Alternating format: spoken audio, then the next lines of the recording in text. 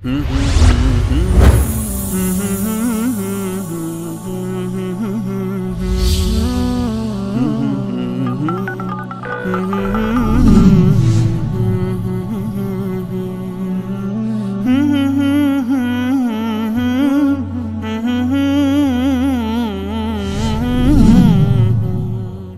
سلام، خسته نباشید، خدا قوت بده انشالله.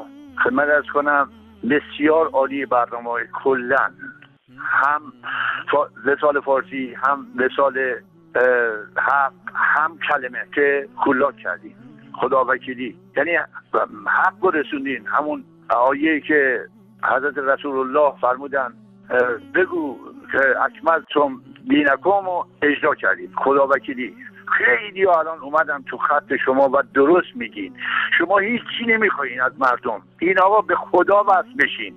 آقا به من پول ندین، به خدا وصل بشین. این شبکه‌تون هم 1 قرون از مردم نمیگیره. 1 قرون. شما شبکه‌های دیگر ببینید، همین شبکه‌های شیعیان رو ببینید همه دست گرایی درست کردن. آقا بده این امامزاده‌ای که درست کردن.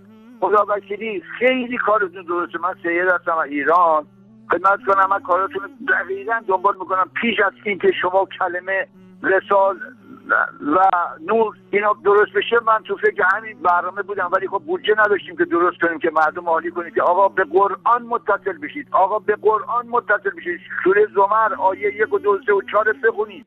اگه خدا میخواست الله میتونه برای برنامه رو اجرا بکنه.